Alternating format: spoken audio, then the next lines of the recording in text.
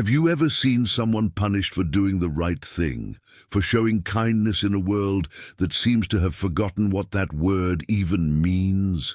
What you're about to hear may shake you, because it's not about fame, power, or revenge.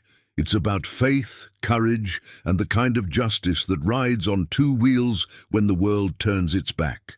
It happened in a quiet Midwestern town, the kind with white fences, slow mornings, and a church bell that still rings every Sunday. Father Michael. Carter had made that small church his life's mission.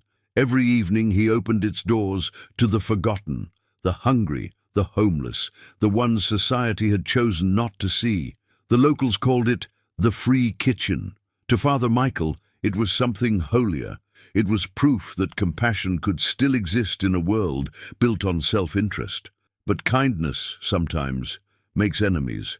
And for a few powerful men in town, the kind who wear suits by day and anger like armor, the sight of homeless people near their pristine storefronts was too much to bear. They whispered about bad business, about ruining the town's image, until one morning they did more than whisper. The sun had barely risen when Father Michael walked through the empty church hall, cleaning tables that still smelled faintly of soup and bread. The silence was sacred until it wasn't. A dark SUV rolled up outside. 3 men stepped out, their shadows long and cold against the church's walls. What happened next would leave the town trembling. They didn't come to talk. They came to make a point. Words turned into threats, and threats turned into blows. The priest tried to shield his face, his hands still gripping the wooden cross that hung around his neck. One strike knocked him down, another left blood on the floor near the altar, but even as he fell, he whispered something only the attackers could hear. "You can break my bones, but you can't break mercy." It's the kind of moment that reveals who we really are, and who's still watching. Because miles away someone was watching, someone who once sat at that same kitchen table, starving, ashamed, and lost. A man with scars, a leather jacket, and a bike that could shake the ground when it roared to life. His name was Jake Reynolds, and years ago Father Michael had fed him when no one else would. When Jake heard what happened, something in him changed. You see, not all warriors carry guns or wear badges. Some carry guilt, some carry memories of what they once were, and a promise to never let good people stand alone again. So when the story of the priest's beating reached the open road, it didn't fade into silence. It grew louder, it spread like thunder, word by word, mile by mile, until the sound of engines began to echo across the valley, a sound the town hadn't heard in years. Because mercy doesn't always come in the form of prayers. Sometimes it comes riding in black leather and steel, led by men who have seen the darkness and decided to fight for the light anyway. Have you ever felt that pull, the urge to stand up for someone who once stood up for you? Stay with me until the end, because what happened next in that church will remind you that faith isn't just something we preach. It's something we live, even when it costs us everything. And when those engines finally reached the church steps, well, let's just say, that Sunday service was unlike any other the town had ever seen.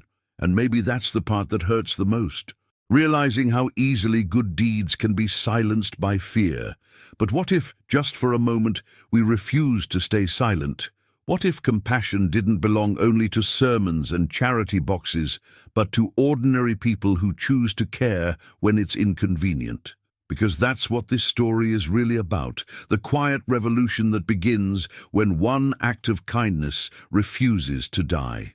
If this moment stirred something in you, even just a spark, tell me about it in the comments below. Maybe you've seen someone stand up for what's right when nobody else did. Or maybe you've been in Father Michael's shoes, trying to help and paying a price for it. Your story matters here. When you share it, you're not just typing words. You're keeping the light alive for someone who might be losing faith in humanity tonight. And if you're feeling that quiet connection, that sense that you've found a place where these stories mean something, tap the like button. It may seem like a small gesture, but it tells me that what we're building here matters to you. It helps these stories reach more hearts, more screens, more people who need a reminder that there's still decency left in this world.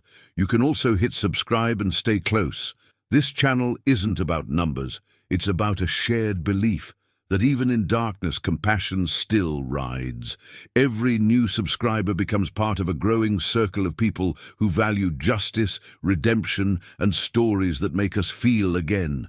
Because every time you comment, every time you engage, you help keep these voices alive. The voices of the broken, the brave, and the ones who never stop believing in mercy. So stay with me. Because what happens next, when those engines reach the church and the pews begin to tremble, will show you just how far loyalty and love can go. In a town that forgot compassion, one priest's kindness became a threat, but kindness has long memories, and some debts are repaid in thunder. That's how it began, not as a headline or a viral post, but as a whisper carried through cracked roads and dusty truck stops across the Midwest. They said a priest had been beaten for feeding the poor. They said he still showed up to Mass the next morning, bruised and bandaged, refusing to cancel the service. And they said the man who heard about it wasn't the kind of person you'd expect to kneel in a church. Miles away, in a small garage behind an old gas station, Jake Reynolds wiped the oil from his hands and turned up the volume on the local radio. The static faded just enough for him to catch the words attack, priest, and charity kitchen. The wrench in his hand went still. For a moment, all he could hear was the ticking of an old wall clock, each second landing like a punch. Father Michael Carter. That name alone could shake him. Years ago, Jake had walked into that man's kitchen with nothing but a torn jacket and a hunger that went deeper than his stomach. He'd been running from his past, prison time, a broken home, a trail of bad choices. And yet, the priest hadn't asked a single question. He'd handed him a bowl of soup, looked him straight in the eyes and said, "You're not what you did, son. You're what you choose to do next." Jake had carried those words like armor ever since. And now, hearing that the man who once saved his soul had been beaten for his mercy, it lit a fire he hadn't felt in years. He threw his jacket on, walked outside, and kicked his motorcycle into life. The roar of the engine wasn't noise, it was memory, it was purpose. As he sped down the road, the sky stretched wide and grey above him, the kind of sky that always warned of a storm before it came. The story spread faster than wildfire through the biker network. No one sent messages. They didn't need to. Loyalty has its own language. By dusk, men from different states had heard the same story, and something in all of them shifted. There's a code among riders, one older than any written law. You don't leave a good man to fight alone. Out on the highway, the scene was something between a symphony and a battlefield. Engines roared in harmony as headlights cut through the dark, one after another, like fireflies made of chrome and defiance. The journey wasn't about vengeance, not yet. It was about showing up, about reminding the world that sometimes justice doesn't come from courts or politics, but from people who remember what being human feels like. Back in town, Father Michael sat in the confessional booth, his ribs still aching beneath his robe. He had refused to go to the hospital, insisting that the church needs me more than I need rest. He whispered a prayer, not for his own healing, but for the men who had hurt him. "Forgive them, Lord. They're blind, not evil." And yet, even as he prayed, a shadow flickered in the candlelight, a thought he tried to push away. What if mercy wasn't enough this time? Outside, life went on as if nothing had happened. The same businessman who had ordered the attack met for breakfast, laughing about sending a message. But there was something they didn't know, something rumbling toward them across the horizon. Because on the open road, hundreds of miles away, Jake wasn't alone anymore. One rider became 3, 3 became 10, 10 became hundreds. They came from all directions. Truckers, veterans, ex-mechanics, men who had once been lost and somehow found redemption through brotherhood. The deeper they rode into the heartland, the more symbolic the journey became. Each mile felt like a silent declaration that compassion is not weakness and that goodness, when cornered, can grow teeth. By the time they reached the town limits, the sun had barely started to rise. The first light caught the metal of the bikes like sparks on steel. It wasn't chaos they brought, it was presence. It was power restrained by purpose. Jake looked at the small church on the hill, its white paint peeling, its bell tower leaning slightly to the left. He removed his helmet and stared for a long moment. He was there for me when no one else was. Today, I'm here for him. Inside the church, Father Michael prepared the altar, unaware of what was coming. He moved slowly, every motion marked by pain, yet his expression was calm, almost luminous. He had no idea that redemption was thundering up the hill in leather and chrome. The scene outside was almost cinematic. Bikes lined up in perfect formation, filling the entire street. The townspeople peeked through, their curtains, startled by the sound. Children ran to their windows. The older ones crossed themselves, unsure whether to fear or admire what they saw. To the priest, it began as a faint vibration under his feet. The stained glass rattled. The candles flickered, the walls hummed. Then came the unmistakable growl, deep, layered, powerful. It was the kind of sound that makes the ground remember it's alive. Jake pushed open the church doors just as Father Michael began his sermon. Conversations froze. Parishioners turned. The priest blinked in disbelief, his lips parting slightly as he recognized the man walking toward him. The same man who once sat in his soup line, now standing tall in black denim, his eyes fierce yet gentle. "Father," Jake said quietly, removing his gloves, "I heard what they did. We're here now." The church went silent. Rows of bikers filled the doorway behind him, their helmets in hand, their eyes steady. Not a single word was spoken, but their presence said everything. Outside, the engines idled like distant thunder, a warning and a promise all at once, the kind of sound that tells you something sacred is about to happen. And in that instant, something shifted. The fear that had taken root in the townspeople began to crumble. For the first time in weeks, Father Michael smiled. "You didn't have to come," he whispered. Jake shook his head. "No, Father, you don't understand. I needed to." That moment wasn't about revenge. It was about return, about a man finding his way back to the light by defending the one who showed it to him in the first place. Faith and fury, compassion and power, it all collided in that small church, under the dim light of stained glass and the steady heartbeat of engines outside. The crowd inside didn't know it yet, but what was about to unfold would change the town forever.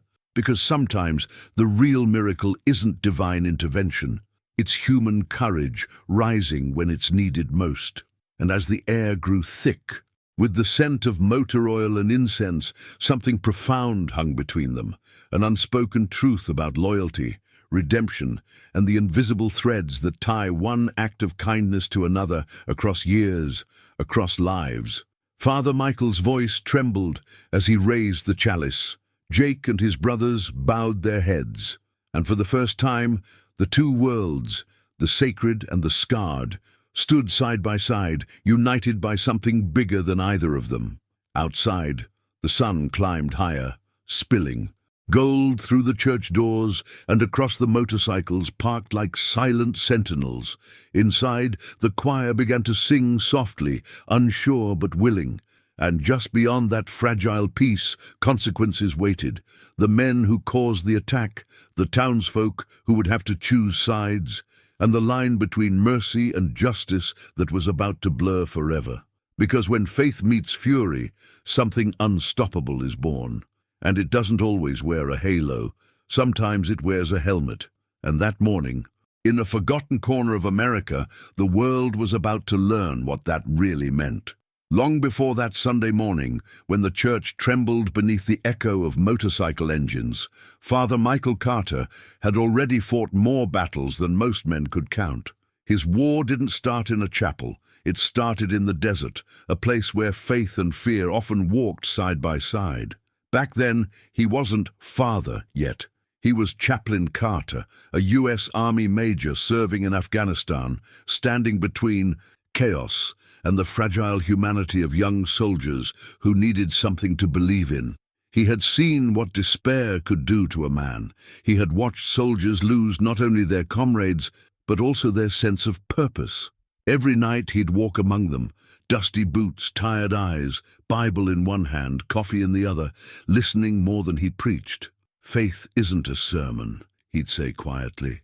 "It's the decision to keep showing up when nothing makes sense anymore." That sentence became his compass. When he came home, medals in hand and silence in his heart, he couldn't return to ordinary life. The noise of battle had faded, but the cries of the forgotten never did. The war followed him, not through gunfire, but through the hollow eyes of the homeless veterans he passed on Main Street, sitting beside cardboard signs and broken pride. That was when the idea of St. Anthony's Free Kitchen took root, not as charity, but as redemption. He found an abandoned church on the edge of town, its windows cracked and its pews covered in dust. He sold his truck, cashed his pension, and began to rebuild it by hand. Locals laughed at first. "A soup kitchen?" they'd say. "We don't need that kind of place here." But he didn't argue. He knew that compassion isn't built on permission. It's built on persistence. Every evening he opened the doors and set the tables himself. The food wasn't fancy, just bread, soup, coffee, sometimes eggs when donations came in. But what people found there was more than a meal. It was dignity. Veterans, widows, addicts and lost teenagers, they came not only to eat, but to be seen. He greeted each one by name, looked them in the eye, and said, "If you want to see God, feed someone who can't repay you." Those words became the heart of St. Anthony's.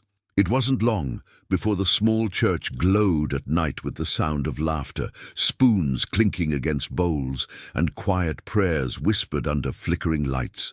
People started calling him the Angel of Main Street, though he'd shake his head every time someone said it. "I'm no angel," he'd reply, "just a man trying to pay back a debt I can never repay." But not everyone shared that grace.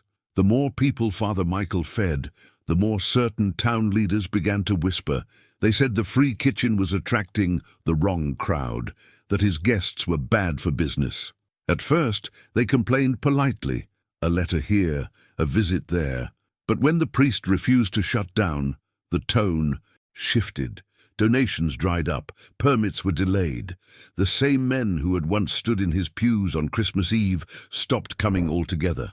Behind closed doors, they made decisions that would slowly choke his mission. It started with small things: inspections, noise complaints, accusations about unsanitary conditions. But it wasn't about cleanliness. It was about control. For some, his kindness was a mirror they didn't want to look into, a reminder of how comfortable they had become with indifference. One night, while washing dishes after everyone had left, Father Michael found a note slipped under the door. The handwriting was rough, the words cruel. "You're feeding trash. Don't be surprised when the trash takes you down with it." He read it twice, folded it carefully, and placed it in his Bible. When the parish secretary begged him to report it, he just smiled. "If they're that angry," he said, "then I must be doing something right." Still, the pressure wore on him. He had given everything, his time, his savings, his strength, and in return, the town he served turned its back. Yet he refused to close the doors. Even when only a handful of people showed up, a woman with 2 children, a veteran missing half his left hand, a young man detoxing from painkillers, he'd light the candles and pray over the food as if feeding a crowd. "I'm not feeding them because they're saints," he once told a reporter. "I'm feeding them because they're human." That humility made him beloved among the poor, but despised among the powerful. They couldn't understand why a man like him, respected, educated, decorated, would waste his time with people who had made bad choices. But Father Michael had seen the truth behind that illusion. He knew that every broken soul was one decision away from a comeback, one act of compassion away from transformation. Sometimes, late at night, he'd sit alone in the pews after locking the doors, staring at the wooden crucifix above the altar. The silence of the empty church spoke to him in ways no sermon could. He thought about the soldiers who didn't make it home, the families he couldn't save, and the promises he'd whispered in the middle of the desert. Promises about mercy, about never turning away from those who suffered. That's when he'd hear the faint scrape of shoes at the door, another lost soul seeking warmth. He'd rise, unlock it, and smile. "You're just in time," he'd say. "Dinner's still warm." And then, one winter evening, years before the beating, a man named Jake Reynolds had walked through that same door. His face was rough, his beard unkempt, his eyes hollow. He'd just been released from prison after serving time for assault. The world had given up on him, but Father Michael hadn't. Without asking for his story, he'd handed him a bowl of stew, a slice of bread, and said, "You look tired, son. Sit down. You're safe here." That moment had changed everything. For Jake, it was more than food. It was redemption in disguise, the kind that doesn't come from sermons or confessions, but from someone choosing to see you as more than your worst decision. Years later, when the world came for Father Michael, that one act of mercy would become the spark that reignited a movement. The transformation of one man had already begun the moment he sat at that table, not knowing that someday he'd be the one standing at the church door defending the man who once fed him. But back then, none of them could see. The storm building behind the scenes. The pressure against St. Anthony's grew heavier with every passing week. Business owners complained that the homeless lingered too long, that crime rates were up, though no police report ever proved it. The mayor called him in for a friendly meeting that turned into an ultimatum. "Father, you're doing a noble thing," the mayor had said, his tone dripping with political restraint.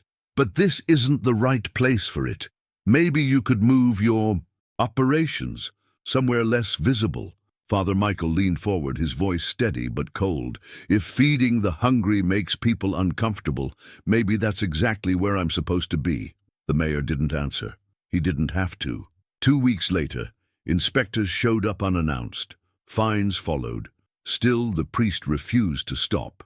He cut back on his own meals, skipped sleep, and even sold his own belongings to keep the kitchen running. The truth, the hidden truth that no one wanted to admit, was that his small act of rebellion had become a mirror reflecting everything the town had tried to hide: greed, pride, and the slow decay of empathy.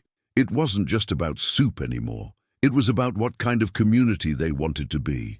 And so, when the attack finally came, the beating that left him bruised and bleeding on the church floor, it wasn't just violence. It was the climax of years of quiet resistance, the final attempt to silence the message that love still had power. But mercy has a strange way of fighting back. What those men didn't know was that their cruelty would set off a chain reaction they couldn't control, because compassion, when pushed to the edge, doesn't die, it transforms.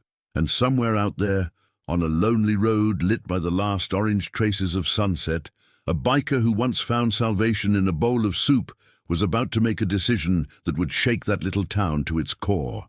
The radio was barely working that night, a weak signal crackling through static and old rock songs. But sometimes, truth has a way of finding its audience, no matter how much noise stands in the way.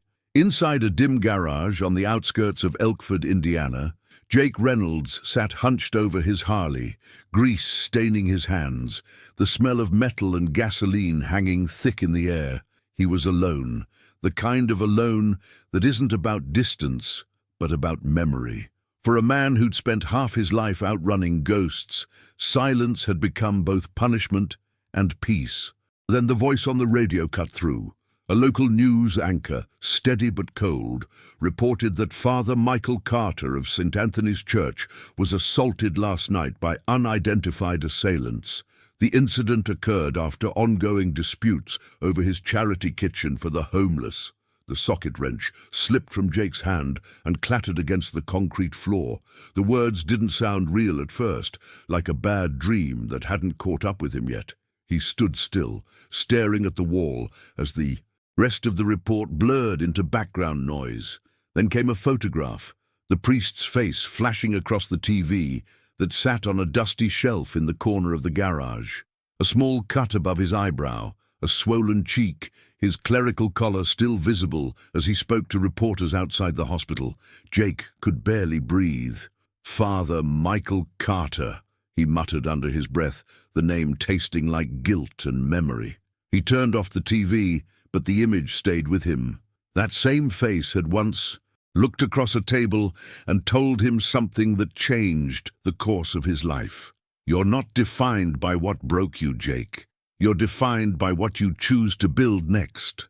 He could still remember the smell of that soup, thick, hot, and undeserved. He'd been fresh out of prison, no money, no direction, no one waiting for him.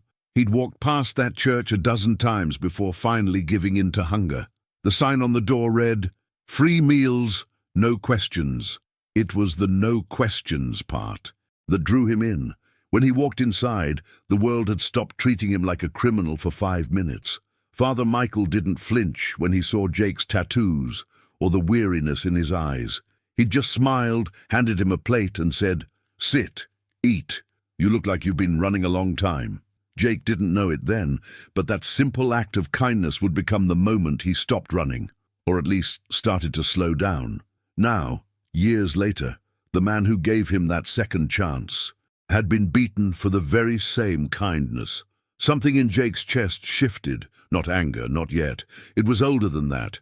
It was duty, a kind of unspoken promise between two souls who'd once shared a table when the world had forgotten them. He wiped his hands on a rag, walked to the corner of the garage, and stared at the old leather jacket hanging from a hook. The back still bore the faded insignia of his old club, Iron Faith Riders, a group that had started as outlaws but evolved into something quieter, something better. They were men who'd all walked through fire and learned that redemption wasn't a destination but a daily decision. Jake pulled the jacket on, the leather creaking as if it remembered every mile it had carried him. He reached for his phone and scrolled through a few old contacts, men he hadn't spoken to in years, but who'd always answered when it mattered. His thumb hovered over one name in particular, Cal, his second-in-command and closest friend. The call connected after a few rings. "Jake, been a while, brother." Jake's voice was low but steady. "You hear about the priest in St. Anthony's?" A pause. "Yeah, saw it on the news. Damn shame." "He fed me once," Jake said quietly, "when I didn't deserve it. Fed a lot of guys like me. Now he's lying in a hospital bed because of it." Cal's tone shifted, softer, then steelier. "What are you thinking?" "I'm thinking," Jake said, walking toward his bike. "It's time to remind that town what gratitude looks like." There was silence on the other end, the kind that says everything. Then Cal replied, "Send me the address." When Jake hung up, the decision was already made. Some choices are slow, deliberate. Others are lightning, sudden, final, unstoppable. This was the latter. He grabbed a small wooden cross from his toolbox, something Father Michael had once given him the day he'd helped fix the church's plumbing. The priest had smiled, patted him on the shoulder and said, "You fix things, Jake. You always have. Don't forget that." He slipped the cross into his jacket pocket, climbed onto his bike and turned the key. The engine came alive with a deep, familiar growl. It wasn't just the sound of horsepower, it was the sound of purpose. As he pulled out of the garage, the cold night air hit his face, and he felt the weight of everything he'd been trying to bury. The regrets, the violence, the people he couldn't save. But for the first time in a long time, the road ahead didn't feel empty. It felt like confession. Every mile was a prayer whispered in steel and gasoline. The highway stretched endlessly before him, moonlight glinting off the chrome. In his head, memories tangled like vines, flashes of his old life, the nights he'd spent hiding from who he'd been. He thought about Father Michael, standing in that kitchen, ladling soup for strangers as if he were feeding saints. "He fed the body," Jake whispered to himself, "but what he really gave us was a reason to believe we could still change." By dawn, he'd crossed 2 counties, gas stations, open fields, small towns, asleep under the weight of their own indifference. They all passed in a blur. He wasn't riding for revenge. He was riding for balance, for justice that wasn't about punishment, but about setting things right. Somewhere deep down, he believed that if he could protect the man who once protected the forgotten, maybe the scales of his own past would finally even out. Meanwhile, word of the attack began to spread beyond the borders of the town. Photos leaked online. A headline appeared on a local blog: "Priest beaten for feeding the poor, continues mass despite injuries." The story hit a nerve. Strangers from other cities started sharing it, sending messages of support. But for Jake, this wasn't a social media cause. It was personal. It was a reckoning. He made a few stops along the way, each one deliberate. Old allies, men with faces hardened by experience, but hearts still alive under the scars, listened quietly as he told them what happened. No one asked for details. They didn't need them. When Jake finished, they all said the same thing: "When do we ride?" And so, the call went out. A chain reaction through old contacts, biker clubs, veterans groups, even a few ex-cons who'd once found their way back because of that same church. By the end of the week, dozens of riders had pledged to meet him. They didn't call it a protest. They called it a visit. As Jake rode toward St. Anthony's, the line between past and present blurred. He could almost hear the priest's voice again, echoing in the back of his mind. "The hardest part of forgiveness isn't letting others off the hook. It's forgiving yourself for how long it took you to stand up." That was the hidden truth of his journey, that every mile wasn't just for Father Michael, but for every man who'd ever fallen and tried to rise again. It wasn't about image or vengeance. It was about transformation, about turning. Guilt into motion, memory into momentum. He stopped at a red light in the middle of nowhere, the horizon painted in the deep blue of early dawn. A kid in a pickup truck pulled up beside him, eyes wide at the sight of Jake's weathered face and roaring Harley. The boy rolled down his window and asked, "You going somewhere important?" Jake smiled beneath his beard. "Yeah, kid," he said, "somewhere that needs remembering." The light turned green. He twisted the throttle. The bike lunged forward, carrying him toward a town that had forgotten what compassion looked like, and toward a reckoning that would soon remind everyone.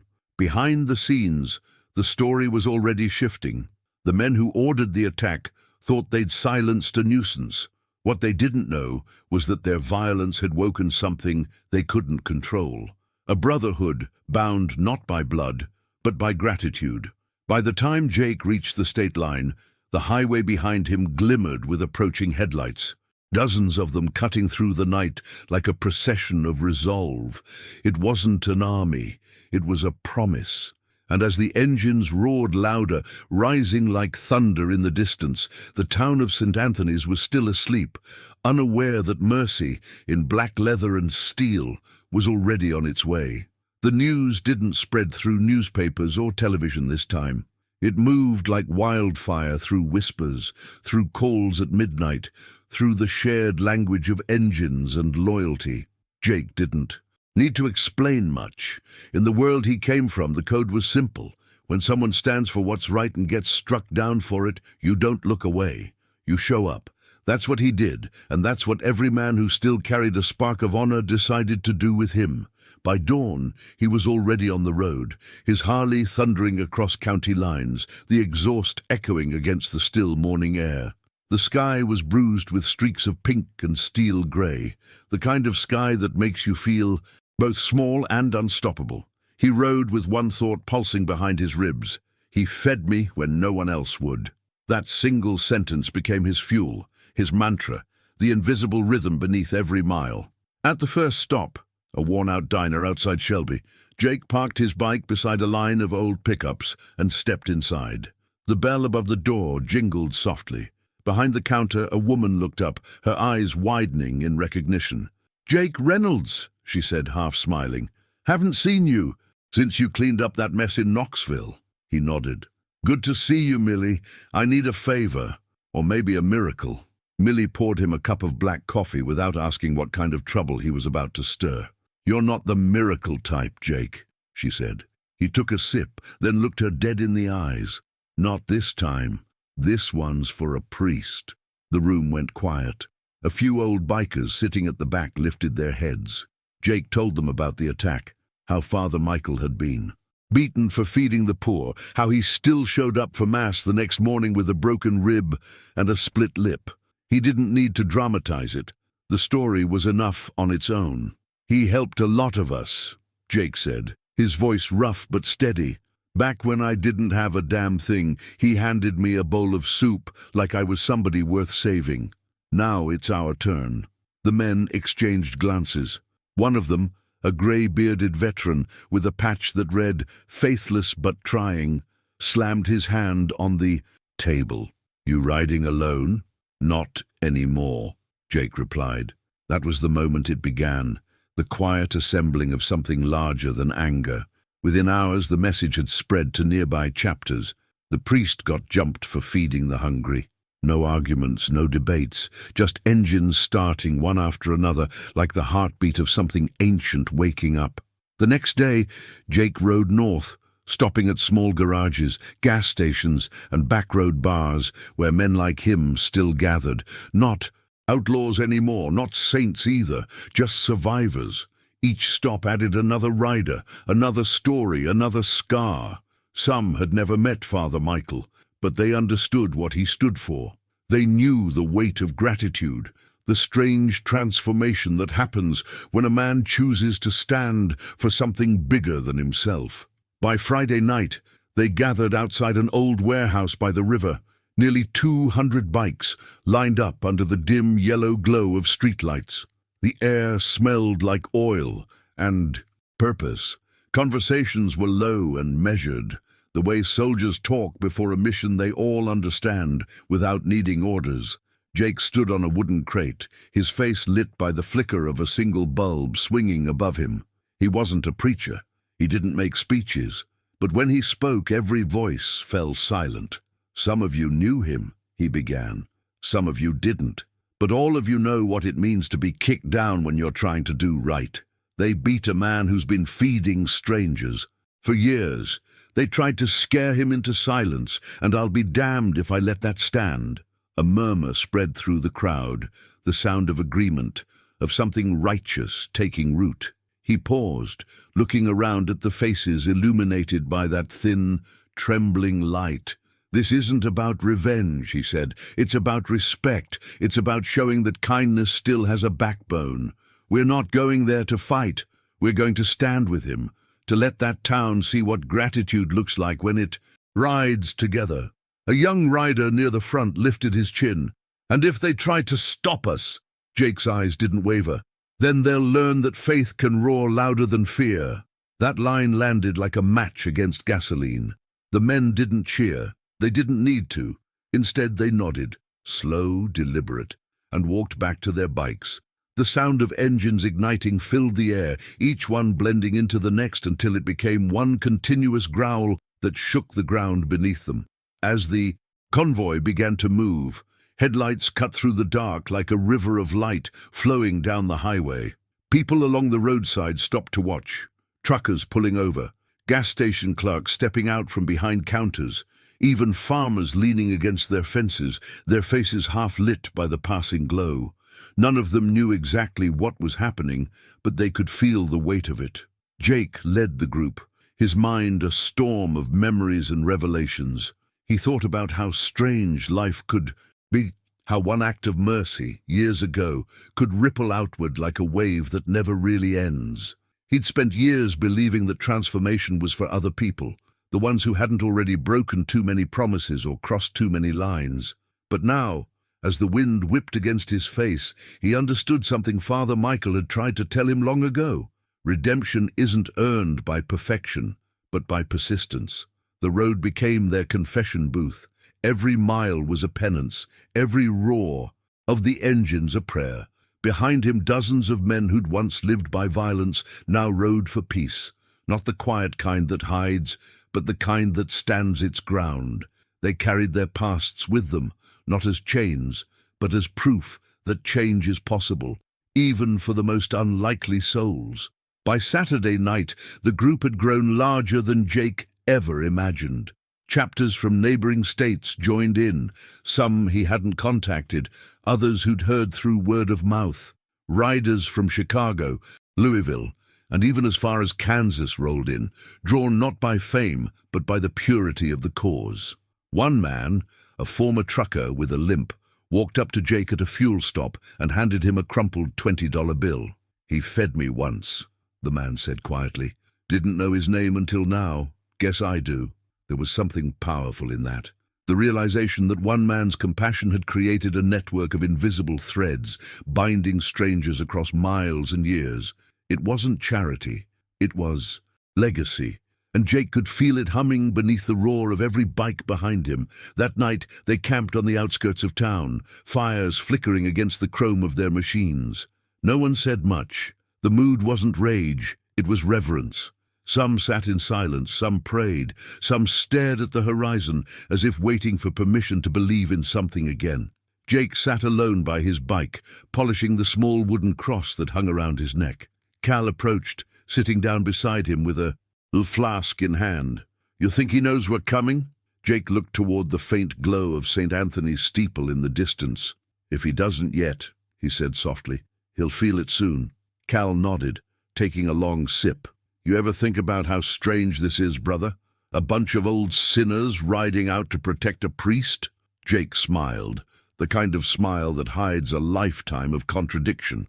"Not strange," he said, "just overdue." The fire crackled, sending embers into the dark. Around them, the low hum of idle engines filled the night like a heartbeat. Jake leaned back, staring up at the stars. "He told me once," he murmured, "that God doesn't always send angels. Sometimes he sends the broken ones, the ones who know what it's like to bleed." The wind shifted, carrying with it the faint sound of church bells in the distance. It was Sunday morning. The moment had come. Men rose from the ground, dusting off their jackets, their faces set with quiet determination. The convoy lined up. Once more, hundreds strong now, engines rumbling like thunder ready to break. Jake started his bike and looked toward the horizon. "Let's go remind them," he said, "that mercy doesn't ride alone." The sound that followed could have shaken mountains, an ocean of engines roaring to life as the sun broke through the clouds. The road ahead glistened with light, every shadow swallowed by the collective force of something far greater than vengeance.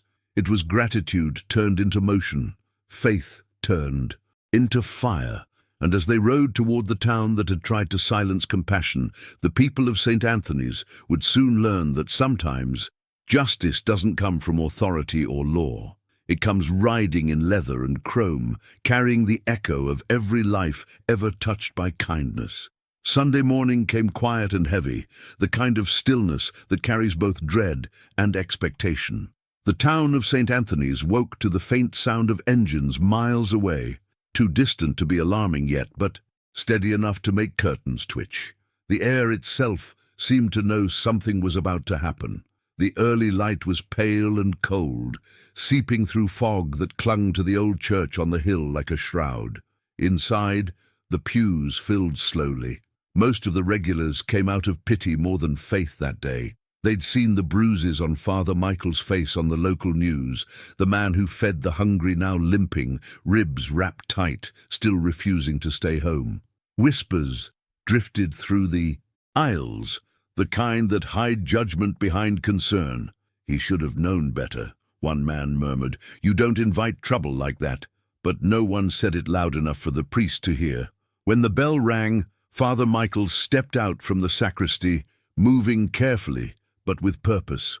His cassock hung loose against his thin frame, the white collar stark against the deep purple of his vestments. Every breath looked like work, but his eyes held a strange calm. the kind that comes from someone who's already made peace with suffering. He reached the altar and set his hands upon it as if to steady himself. The congregation waited for the usual opening prayer, but instead, his voice, soft, cracked, but clear, filled the space. "They broke my ribs," he said, pausing as a faint gasp rippled through the crowd. "But not my faith." He let the words settle, quiet, but heavy, like a weight placed gently in every heart present. "Some say compassion is weakness," he continued. "That kindness makes us vulnerable. But maybe the real weakness is forgetting how to care. Maybe the hardest thing we'll ever do is keep loving in a world that keeps striking back." The church was silent. Even the candles seemed to flicker more softly. Then, from far away, came a low vibration, almost imperceptible at first. It wasn't thunder, though it carried the same weight. It rolled across the valley, like something alive. A few heads turned toward the stained glass windows as the sound grew, louder, clearer, layered with rhythm and metal. Outside, down Main Street, a line of motorcycles began to appear. 1, then 5, then 20, then too many to count. The noise deepened, filling every corner of the town, rattling shop signs, shaking dust from the old church beams. The priest paused mid-sentence, his eyes lifting to the back of the chapel. The townspeople turned too, unease creeping into their faces. The rumble didn't stop. It multiplied. It became a wave, chrome glinting. Beneath the rising sun, black jackets reflecting the light like armor. The air smelled of oil and road, and something raw, almost electric. People started whispering, half in fear, half in disbelief. And then the church doors creaked open. The sound was slow and deliberate, the hinges crying out as if they too understood the gravity of the moment. Heads snapped toward the entrance. Shadows filled the doorway. Tall figures, broad shoulders, helmets in hand. For a heartbeat, the tension was suffocating. Mothers held their children closer. The old man in the front pew made the sign of the cross. Father Michael's breath caught. His mind flashed back to another time. A younger man, hungry and broken, sitting in his kitchen with a bowl of soup and eyes full of regret. He blinked once, and in that instant, recognition hit him like grace. The first rider stepped forward, Jake Reynolds. His boots echoed on the wooden floor as he crossed the aisle, every step a mixture of reverence and defiance. Behind him, the other bikers followed, filling the entrance but stopping short of the pews. The noise outside softened as engines idled, a deep, rhythmic heartbeat that seemed to match the pulse of the room itself.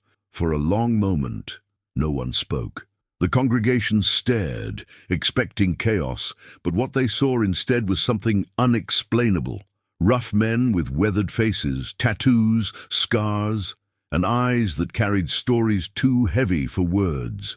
One by one, they removed their helmets, revealing expressions that were not angry, but solemn. Then, as if on cue, they bowed their heads. It was silent again, except for the faint rumble outside, 100 engines purring like loyal sentinels. Jake looked up at Father Michael. "You fed me when no one else would," he said quietly. "We're here to return the favor." No one moved. Even the air seemed afraid to interrupt. Father Michael took a slow breath, his chest tight with both pain and emotion. "Jake," he whispered, his voice breaking slightly. "You didn't have to come." Jake smiled faintly, the kind of smile born from years of regret. "Maybe not, Father, but sometimes doing the right thing isn't about having to. It's about finally getting to." A few parishioners began to rise, uncertain whether to leave or stay. The older women clutched their rosaries tighter. The men shifted in the pews, torn between fear and admiration. But when one of the bikers gently held the door open for an elderly couple trying to slip out, the tension began to ease. It wasn't a siege, it was a statement. Outside, the rest of the riders parked their bikes in perfect formation along the street, the sunlight bouncing off chrome like 1,000 flickering candles. Townspeople gathered on porches and sidewalks, whispering among themselves. Some filmed on their phones, others simply stared.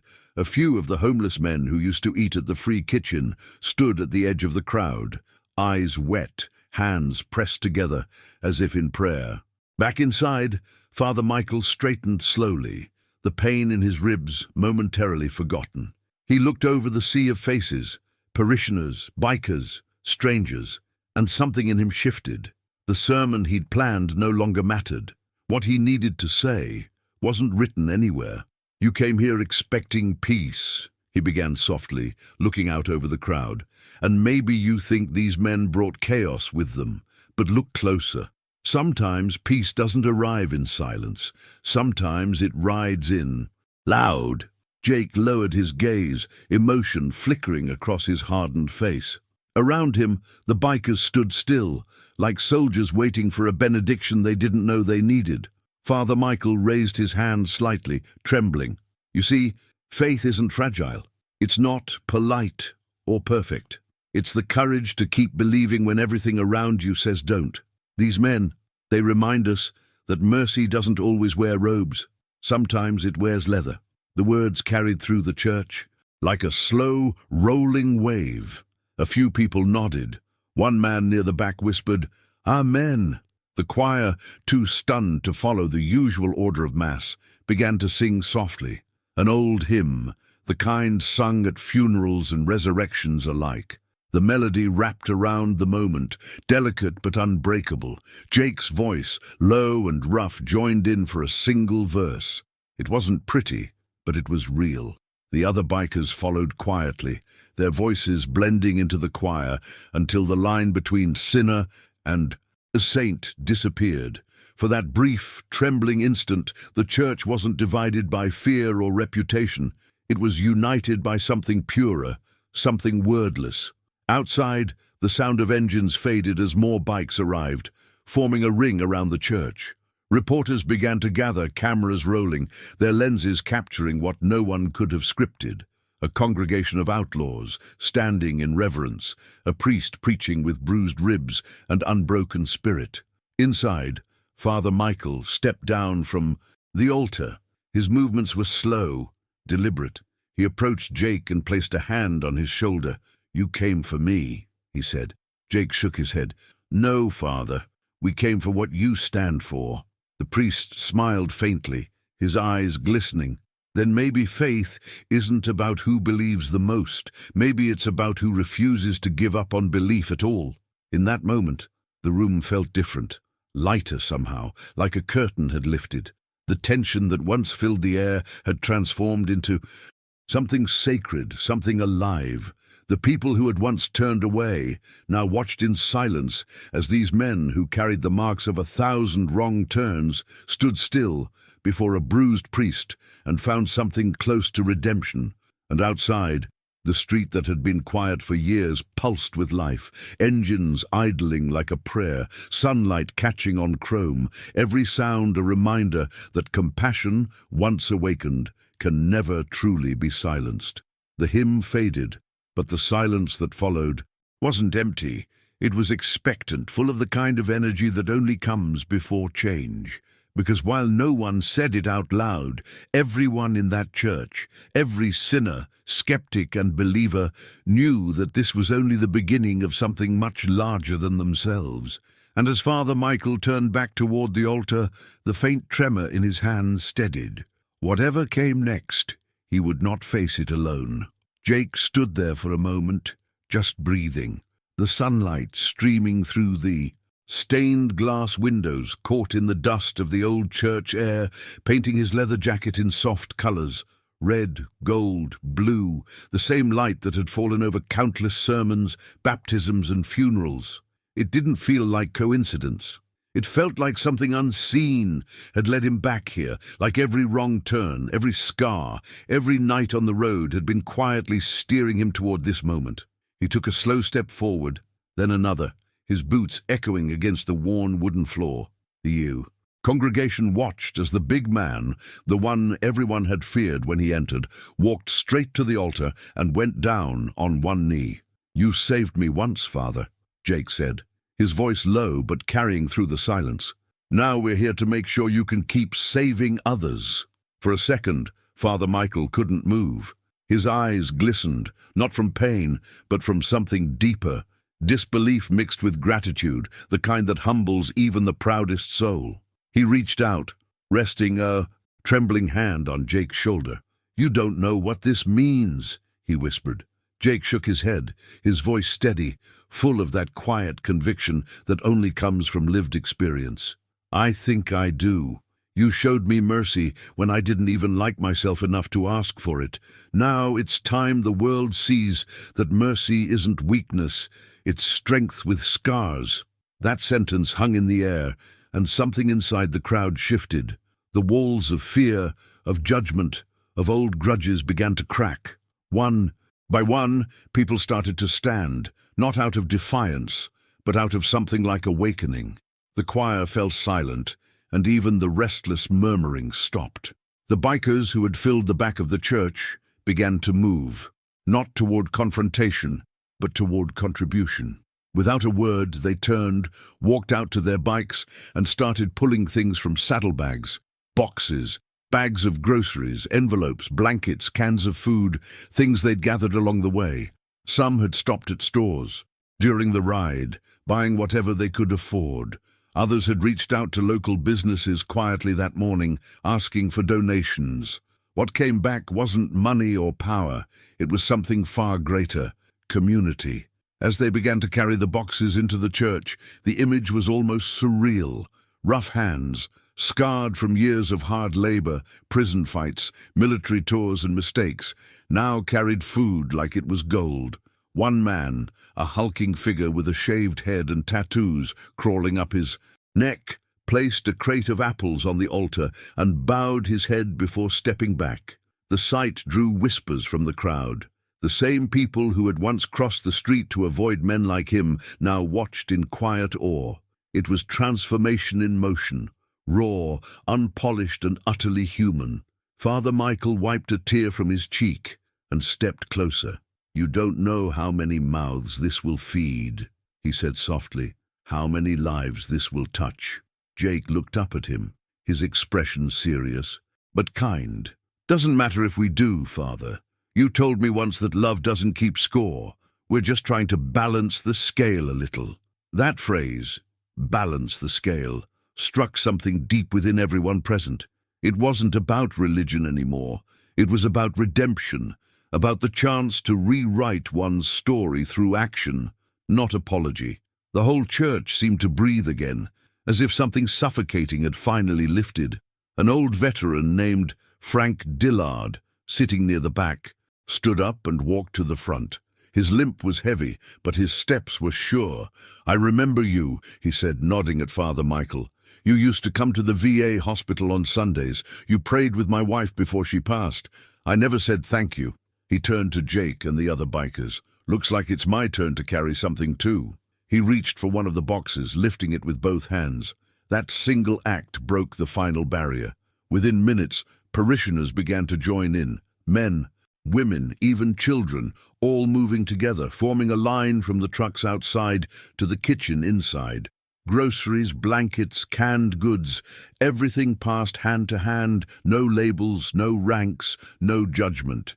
Just movement, unity. From the sidewalk, the reporters who had gathered earlier watched in stunned silence. They had come looking for conflict, for spectacle, but what they were witnessing was something that didn't fit neatly into headlines. It wasn't a protest. It wasn't vengeance. It was a revelation, the hidden truth that compassion, when defended, becomes contagious. Inside, the air felt warmer. Laughter began to replace tension. A few of the bikers started teasing the children, handing them small trinkets from their jackets. Patches, pins, coins, tokens of lives lived rough but real. A little girl with pigtails and a pink ribbon looked up at Jake and whispered, "Are you the angels my mom prays about?" Jake smiled, lowering himself to her level. "Not exactly, sweetheart," he said with a grin. "We're just people who finally listened." She nodded solemnly, as if that made perfect sense. Sometimes truth doesn't need to be dressed up. It just needs to be seen. As the food filled the church kitchen, Father Michael leaned against the doorway, his breath short but his spirit strong. Watching the men who had once been outcasts now carry hope into his church felt like watching the gospel unfold in real time. It wasn't written in scripture. It was written in action, in transformation, in the small decisions that ripple outward into something sacred. He turned to Jake. "You know, I used to think I understood faith," he said quietly. "I preached about it every Sunday, but today, seeing this, I think I finally get it. Faith isn't what we say in prayer. It's what we do when it's tested." Jake nodded, his eyes distant but full of understanding. "You taught me that, Father. The world's full of talkers. You just kept doing. Guess we finally figured out how to follow your lead." The priest chuckled softly, then winced at the pain in his ribs. "You make it sound like I had a plan." Jake's gaze softened. "Maybe you didn't. But grace doesn't need a plan, just a place to land." That line stayed with Father Michael. He repeated it under his breath, almost like a prayer. A place to land. Meanwhile, outside, the line of motorcycles shimmered under the noon sun. The once quiet town now buzzed with a strange new energy, not fear, but reflection. People who had turned their backs on the free kitchen began to walk toward it again, carrying what they could, some groceries, some envelopes, some just words of apology.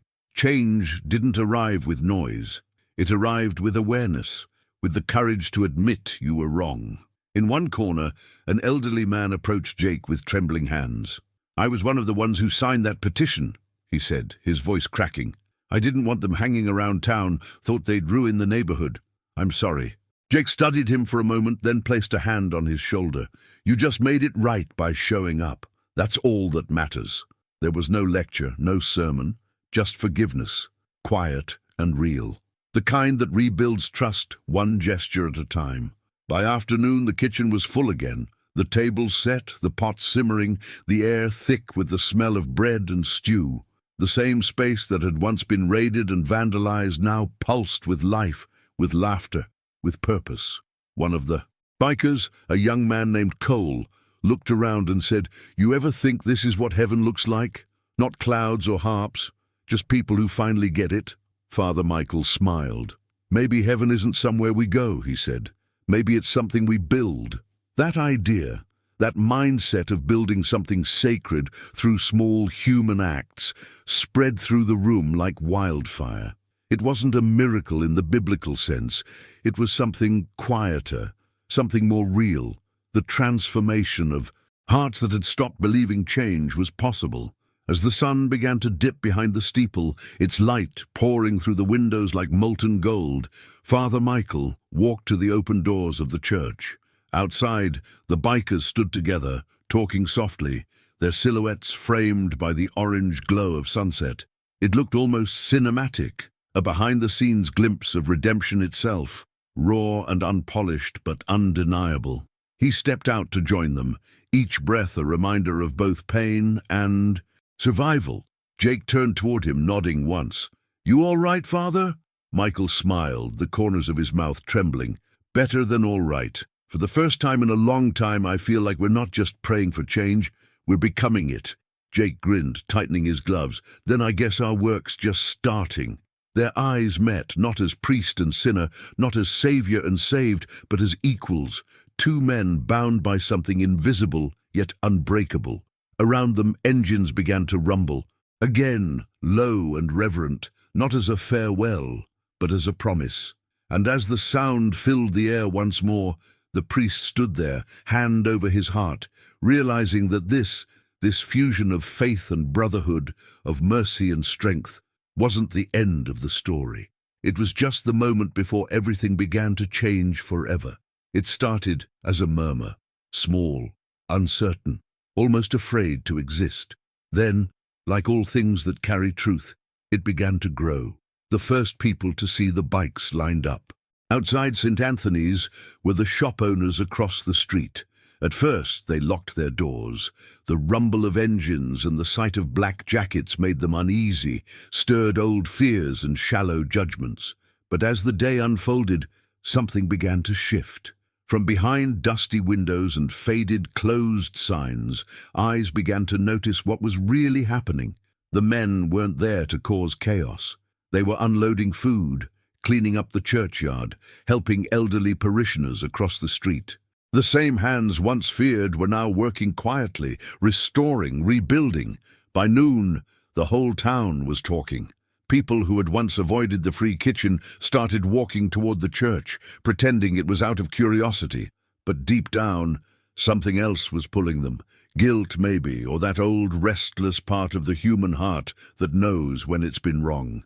They saw the priest standing beside the bikers, bruised but smiling, his eyes alive again, and it felt like watching something sacred resurrect itself. Across the square, the same men who had ordered the attack sat inside their favorite diner, sipping coffee that suddenly tasted bitter. They watched from the window as the crowd grew, the once empty church now surrounded by townsfolk, reporters, even kids playing near the bikes without fear. It was strange. The thing they'd tried to bury had become bigger, louder, unstoppable. The irony burned. One of them, a real estate developer named Richard Hale, slammed his cup down and muttered, "This is getting out of hand. It's all over social media already." His partner, nervous, scrolled through his phone and read aloud, "Bikers show up at mass to protect priest who feeds the poor." The words hit like a verdict. Dozens of photos were circulating online, leather-clad riders carrying boxes into a church, an old priest smiling among them, a child offering one of the bikers a small flower. The comment sections were flooded with words like faith restored and real men of God. "What did you think would happen?" one of the waitresses asked from behind the counter, unable to hide her disdain. "You mess with a man who's been feeding half the county, and the world's gonna notice." Hale turned toward her, scowling. "You don't understand how these things work." She smiled faintly. "Maybe you don't either." Outside, camera crews began to arrive, news vans parked along the curb, reporters setting up tripods, microphones, the whole production. At first, the bikers ignored them. They weren't there for publicity, but the truth has its own way of finding light, and soon the story had traveled far beyond the county line. Within hours, national outlets picked it up. One headline read, "From Rebellion to Redemption. Bikers unite to defend beaten priest." By evening, the churchyard was overflowing.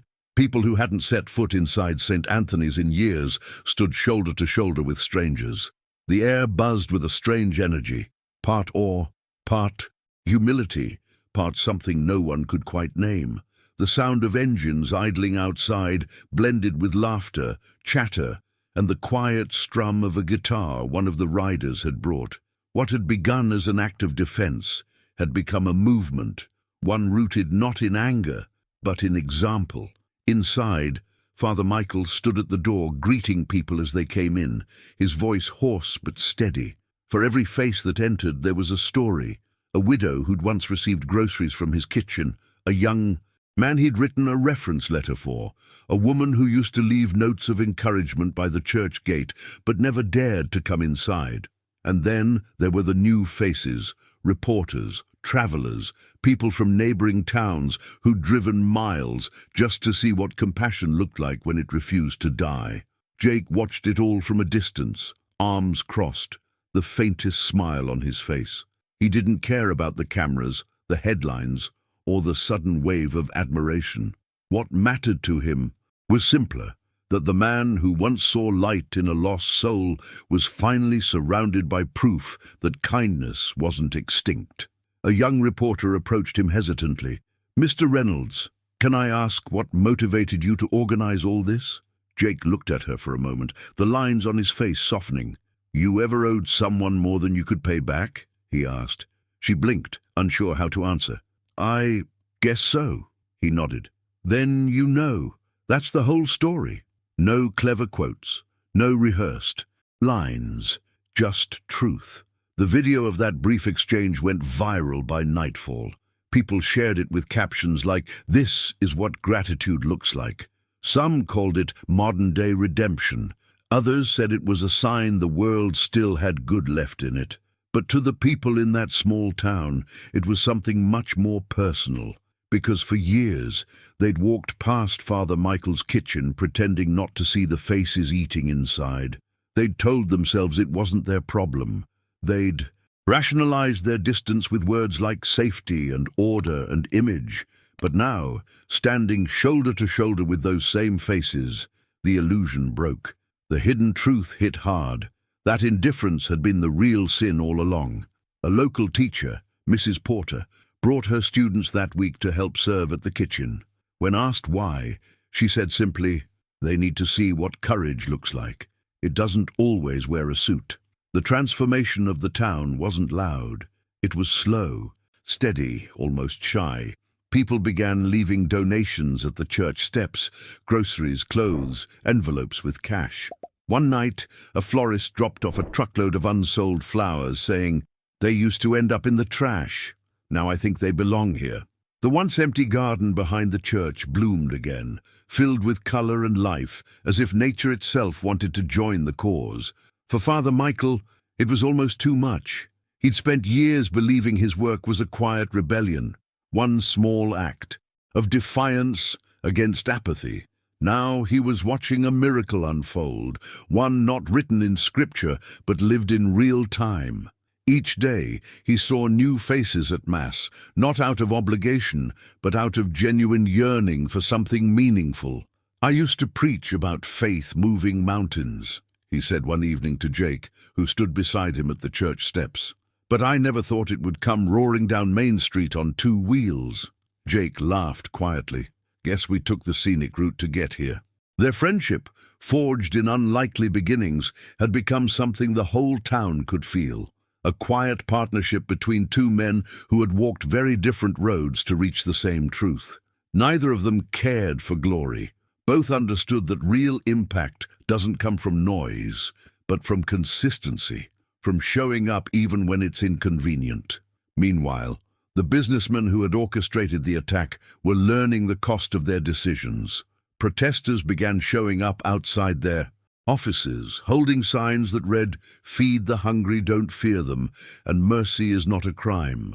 Their reputations crumbled faster than their excuses. Even their own employees began to question the kind of power they stood behind. One night, as Father Michael locked the church, a familiar black SUV slowed near the curb, the same one that had pulled up before his beating. For a heartbeat, his chest tightened, instincts flashing, but the window rolled down, and inside sat one of the men, Hale. Himself, his face pale, eyes tired. "I was wrong," he said simply. "No rehearsed speech, no justification. I thought I was protecting this town. I was just protecting myself." Fear does that. Father Michael stepped closer, the faint glow of the street lamp catching his face. Fear divides, compassion builds. You can still choose which side you're on. Hale nodded slowly, unable to meet his gaze. "Maybe it's too late." "It's never too late," the priest said quietly. "That's what forgiveness is." Umfor. The car lingered for a moment, then drove off, disappearing into the night. But the look on the man's face said more than words ever could, that maybe redemption was contagious too. By the next Sunday, the church couldn't hold everyone. People stood outside in the cold, listening through the open doors. Inside, the choir sang louder than ever. And when Father Michael looked out over the crowd, bikers, families, veterans, even former doubters, he realized something profound. The violence, meant to silence kindness, had instead amplified it. What was meant to end a mission had turned it into a movement. As the service ended, he looked at Jake and whispered, "Funny, isn't it? I spent years trying to bring people to the church. Turns out you had to bring the church to them." Jake smiled. "We all take different roads, Father. Some are paved, some are dirt. What matters is where they lead." The priest nodded, glancing toward the open doors where the town gathered under the golden light of late morning. The sound of engines still echoed faintly, not as noise but as heartbeat, a rhythm of brotherhood, redemption, and a lesson learned too late by some, but just in time by others. And though no one said it out loud, everyone felt it. The story of that day wouldn't end there. Something bigger had begun, a movement of faith, forgiveness, and courage that was only just starting to spread beyond the town limits. Father Michael stood at the altar, his breathing slow but even, his hand resting on the wooden lectern, polished smooth by decades of sermons. The sun filtered through the stained glass behind him, turning the dust in the air into drifting particles of gold. The church was packed beyond capacity, a sea of faces that blurred together. Bikers, townsfolk, reporters, the once skeptical, the newly hopeful. The energy inside was alive and pulsing, but beneath it there was still silence, the kind that waits for truth to be spoken aloud. He looked at Jake first. The biker stood near the front pew, his broad shoulders filling the space, his leather jacket creased from years on the road.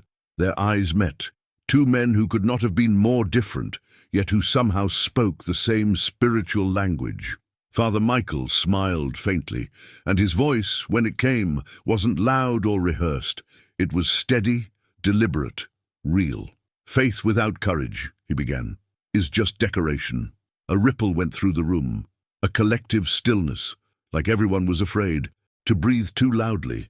The words didn't come from doctrine or scripture. They came from experience, carved from pain and persistence. "It's easy to believe when life is kind. But real faith," he continued, "is what you hold on to when everything good is stripped away, when your ribs ache, your hope falters, and you wonder if kindness is worth the cost." He paused, his eyes scanning the crowd. "These men didn't come for violence," he said, gesturing toward Jake and the riders. "They came because love can roar too." The line hit the room like thunder. Jake lowered his head slightly, his jaw tight, a faint smile tugging at the corner of his mouth. For once he didn't feel the weight of being misunderstood.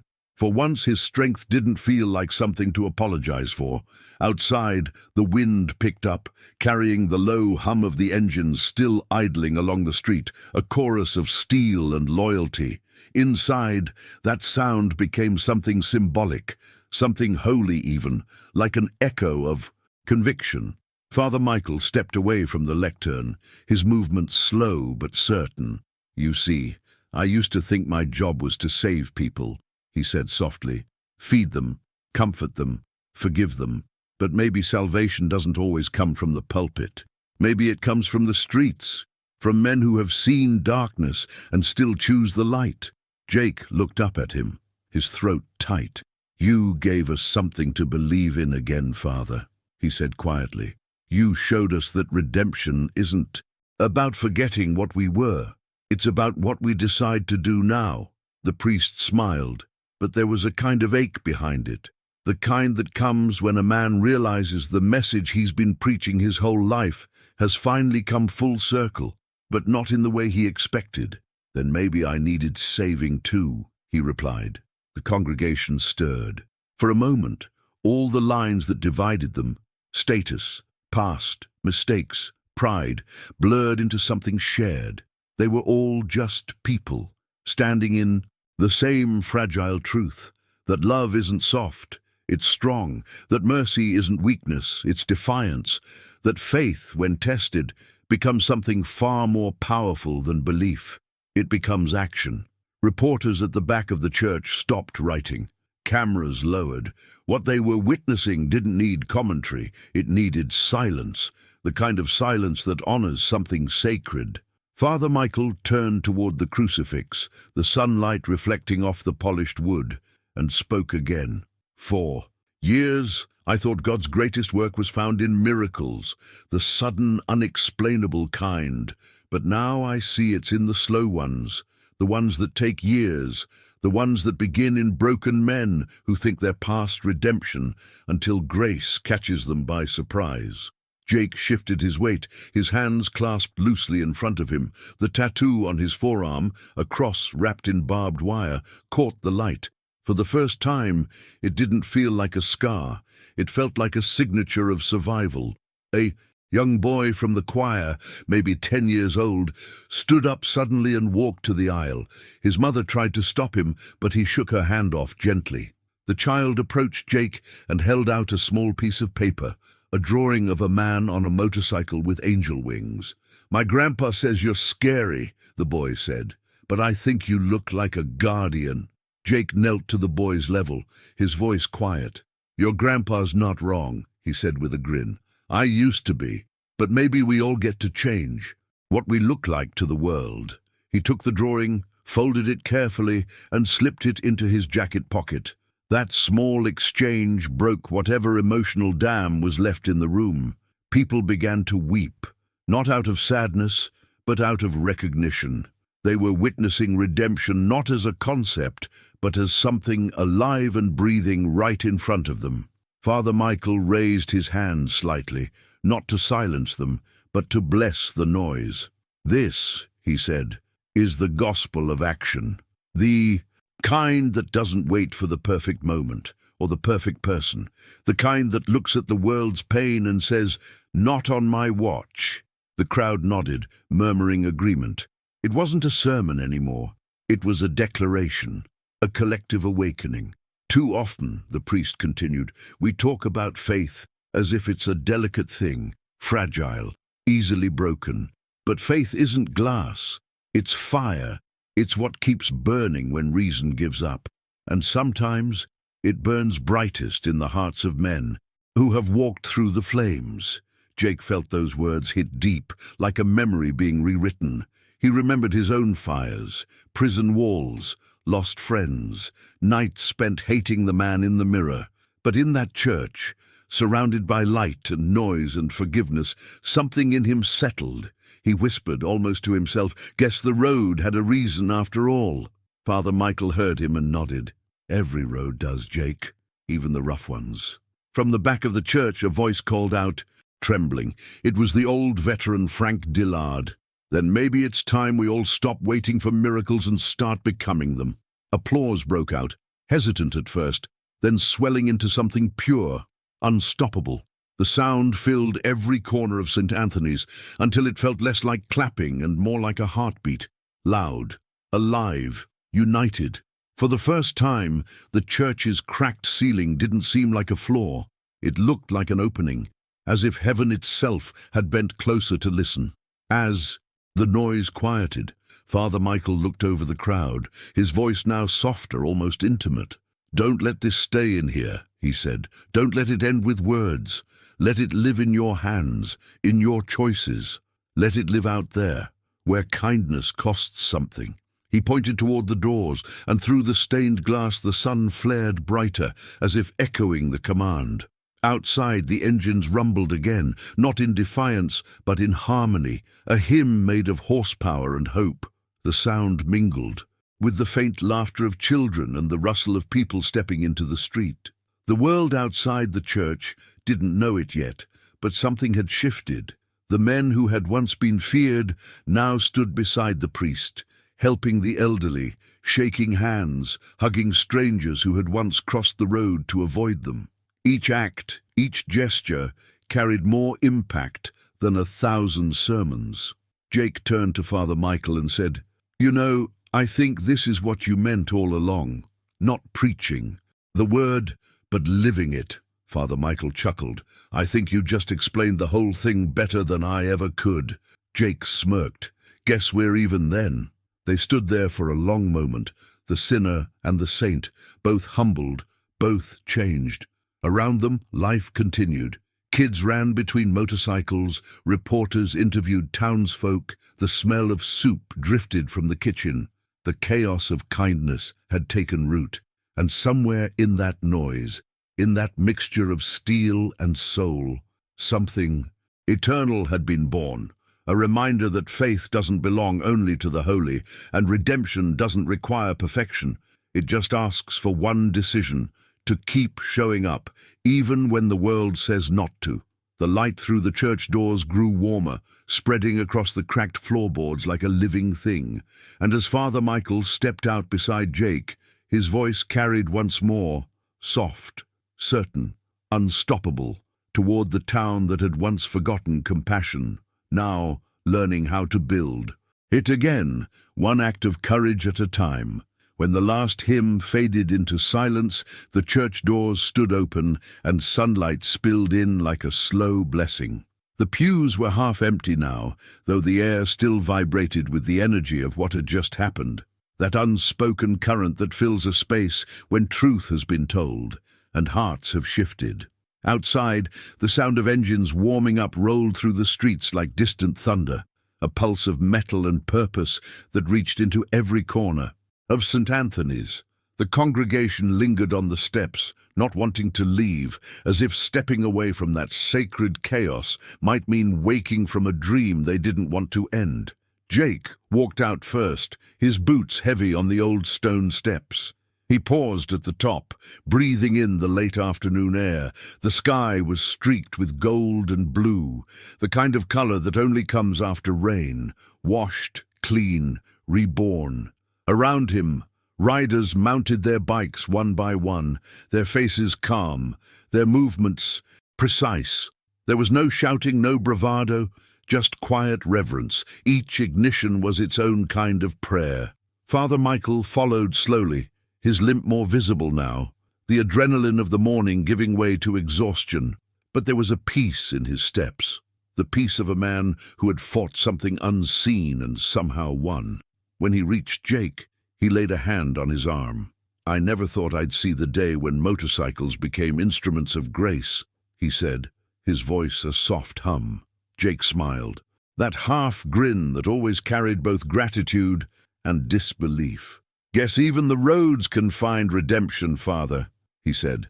"They just need someone stubborn enough to keep riding them." The priest chuckled, wincing a little from the pain that still lingered in his ribs. "Stubbornness," he said, "might just be another word for faith." The sound of it, that line, seemed to hang in the air, as if the town itself was listening. Behind them, the bikers began to line up, rows upon rows of engines. Gleaming under the sun, the chrome caught every glint of light, turning the street into something that looked almost holy.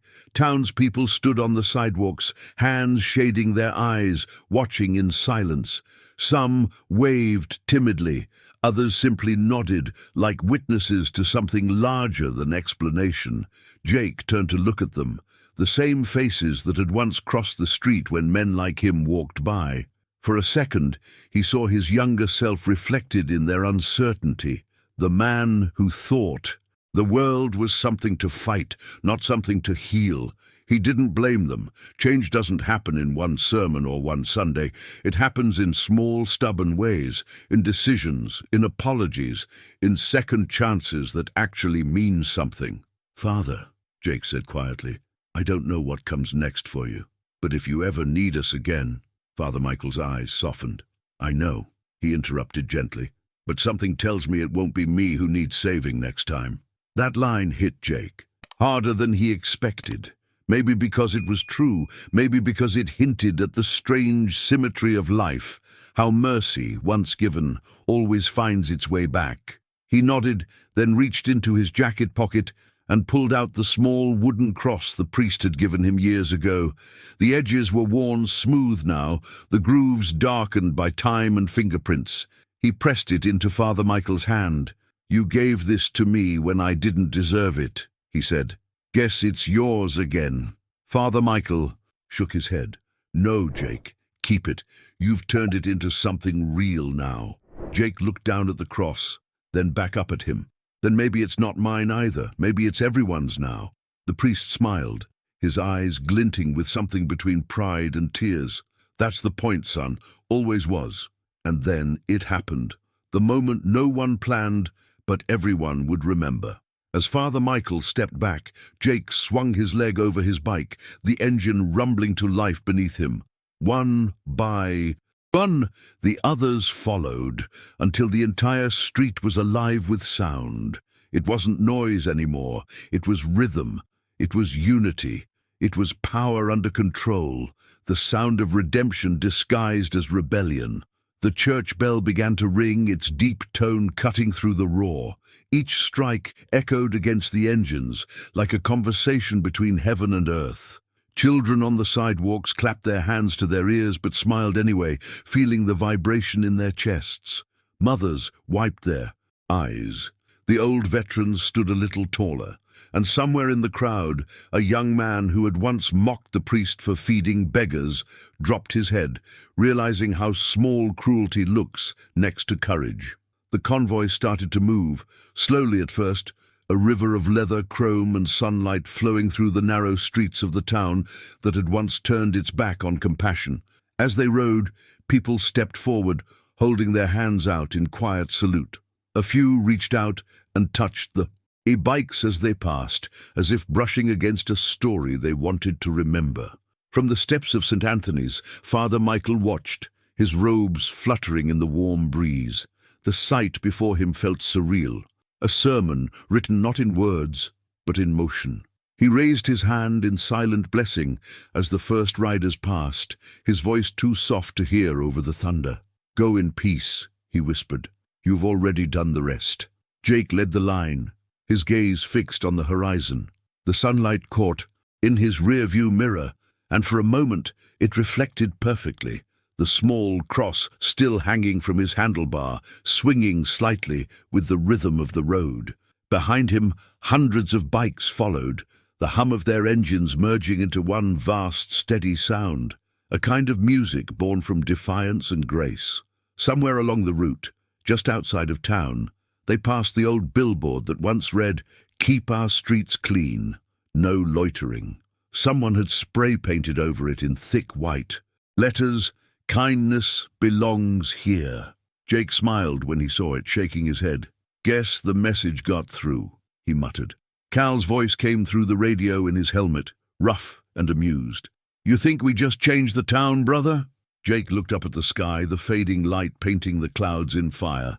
"Nah," he said softly. "I think the town changed us." For a while no one spoke. The road stretched out ahead, endless, forgiving, familiar. There was something sacred about the way the sunlight hit the asphalt, about the rhythm of the wheels turning, about the quiet that followed the noise. In that silence, every rider carried their own thought, their own secret prayer, for forgiveness, for purpose, for peace. Somewhere behind them, back at the church, Father Michael walked through the now empty nave. The benches still held the warmth of the people who had filled them. The scent of incense mixed with oil and dust hung in the air. He stopped by the altar and noticed something. Resting on the edge, a small patch with a biker emblem sewn in black and silver. Across it, in careful stitching, were the words, "Iron Faith." He smiled to himself, tucking it into his pocket. "Faith on wheels," he whispered. "Now that's a sermon I'll never forget." Outside, the last of the riders disappeared down the road, their silhouettes growing smaller against the fading sky. The sound of their engines lingered, echoing through the valley long after they were gone, blending with the wind, until it was impossible to tell where one ended and the other began. A voiceover began to rise over the scene, not booming but quiet, reflective, like a truth that's been waiting to be spoken. "In a world that punishes kindness," the voice said, "sometimes mercy wears leather, because even on the darkest roads there are still those who fight for the light." The camera lingered for one last moment on the shimmer of the cross hanging from Jake's handlebar, the wind catching it as he leaned. Into the turn, it swung back and forth, flashing in the sunlight, not as a symbol of religion, but as proof that compassion, once set in motion, can never be stopped. And as the convoy rode farther down that open road, engines humming, hearts steady, the town fading behind them, it was clear that this wasn't an ending, it was a continuation, because mercy, once awakened, doesn't die. It rides on, through every road, every choice, every quiet act of courage that refuses to be silenced. The horizon widened.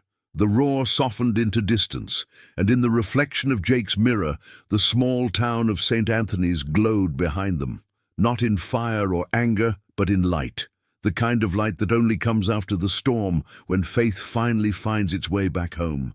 And maybe that's the beauty of it, realizing that sometimes the quietest revolutions happen in places no one's watching. A small church, a handful of broken men, a town that finally remembered what compassion looks like.